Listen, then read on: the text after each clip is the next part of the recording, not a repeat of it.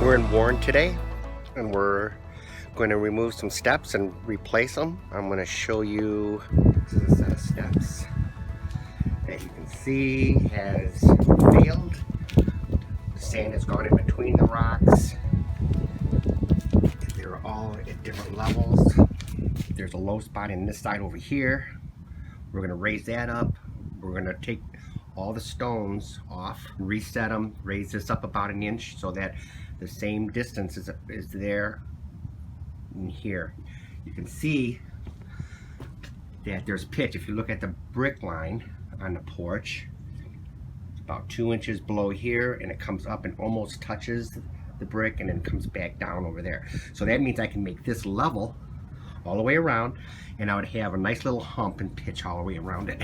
Okay, I also want to note that there's a stone that's broken right here.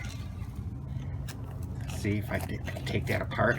So we might remove a stone from the base below it someplace and put it on the top. This might be a little better view.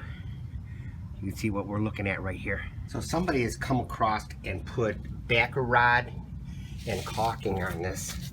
So this will take a little bit of work to get this here off there completely and get it prepped.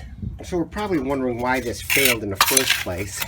As I'm scraping off the sand off the top of the stone, we see that they've put some adhesive on here to try to bond the stones together. We'll try to get that off as much as we can, but that doesn't bond the bricks well enough together as good as mortar did. So we're going to clean this all off and get ready to set it with mortar. So we removed about half the stone so far on the step, and it's set in sand, and on a step I want to set it in wet mortar.